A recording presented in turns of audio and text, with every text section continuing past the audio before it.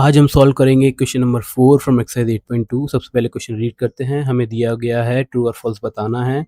सबसे पहले क्वेश्चन है साइन ए प्लस बी इक्वल साइन ए प्लस साइन बी, क्या ऐसा होता है? अब हमें ए और बी की वैल्यूज नहीं दी हुई है, तो ए और बी हमें पता है एंगल्स ही होंगे, और क्या हो सकता है, ट्रिग्नोमेट्रिक रेशियो एंगल्स का ही निकलता है। तो ए और बी हमें पता है ज़्यादा से ज़्यादा क्या हो सकते हैं, 90 डिग्री, क्योंकि ये तो हमने पढ़ा ही है ना कि ए और बी एक्यूट एंगल्स होंगे। तो फर्स्ट वाले को सॉल्व करने के लिए मैं क्या करता हूँ, मैं मान लेता हूँ let a equals to 30 degree and b equals to 60 degree. ठीक है, तो मैं वैल्यूज प्लेस कर देता हूँ। ये बस मैंने एज्यूम करा है जस्ट टू शो यू कि ये इक्वल होता है कि नहीं। साइन ए साइन 30 प्लस साइन 60, तो साइन 30 प्लस 60 कितना हो जाएगा, साइन 90। साइन 30 कितना होता है, 1/2। साइन 60 क्या होता है, √3/2। साइन 90 क्या हो जाएगा, 1। यहाँ पे एलसीएम लूंगा तो ऊपर क्या आ जाएगा, 1 प्लस √3। क्या ये दोनों इक्वल है? नहीं, तो ये पहला वाले का आंसर क्या हो जाएगा, फॉल्स। ठीक है, क्वेश्चन नंबर सेकंड देखते हैं।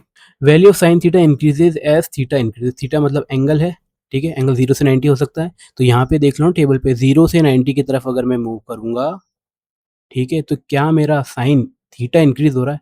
0 हुआ, 1/2 हुआ, 1/√2 होगा, फिर √3/2 हुआ, फिर 1 हुआ, तो वैल्यू तो इंक्रीज हो ही रही है ना, वैल्यू इंक्रीज हो रही है, तो हाँ ये सही है, ट्रू है।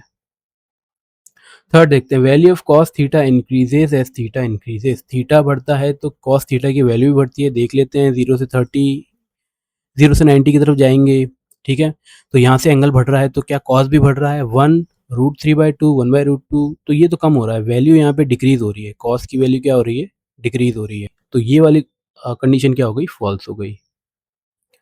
फिर हम देखते हैं sine theta equals to cos theta for all values of theta. क्या हर वैल्यू ऑफ थीटा के लिए साइन और कॉस इक्वल होते हैं? तो यार ये तो कैसे ही पॉसिबल है। अगर मैं साइन थीटा को 30 लेता हूँ तो साइन 30 है 1/2, कॉस 30 है √3/2, कहाँ से इक्वल है, ओनली 45 डिग्री के लिए इक्वल है, ठीक है, बाकी के लिए इक्वल नहीं है, तो ये भी कंडीशन क्या हो गई, फॉल्स। फिर हमसे बोला है cot is not defined for a equals to 0 degree. तो टेन क्या होता है, टेन जीरो क्या होता है, 0/1, तो कॉट जीरो क्या हो जाएगा, 1/0। 1/0 क्या होता है, इन्फिनिटी, या इसको नॉट डिफाइन भी बोल सकते हैं। तो हाँ, कॉट जीरो क्या होता है, नॉट डिफाइन, तो ये वाली कंडीशन क्या है, ट्रू। तो होता क्या है ना कि वैल्यू साइन ए और कॉस ए नेवर एक्सीड्स 1, तो मतलब साइन और कॉस ए की वैल्यू कभी भी 1 से ज़्यादा नहीं होगी, ठीक है। बट इन्हीं का अगर रेसिप्रोकल देखें, ठीक है, इनका रेसिप्रोकल क्या हो जाएगा, कॉस का तो क्या होता है सेक, और साइन का क्या होता है कॉसेक, और एंगल तो हमें पता ही है 0 से 90 के बीच में रहेगा, इज ऑलवेज ग्रेटर देन और इक्वल टू 1। और इनका केस हमेशा उल्टा होता है, मतलब इनकी वैल्यू हमेशा ही ग्रेटर देन 1 होगी या फिर इक्वल होगी, ठीक है।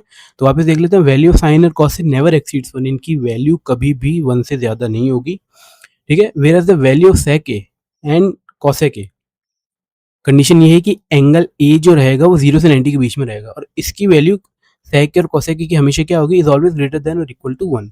So this was the question number 4 from exercise 8.2. Thank you for watching. See you in the next one. Bye.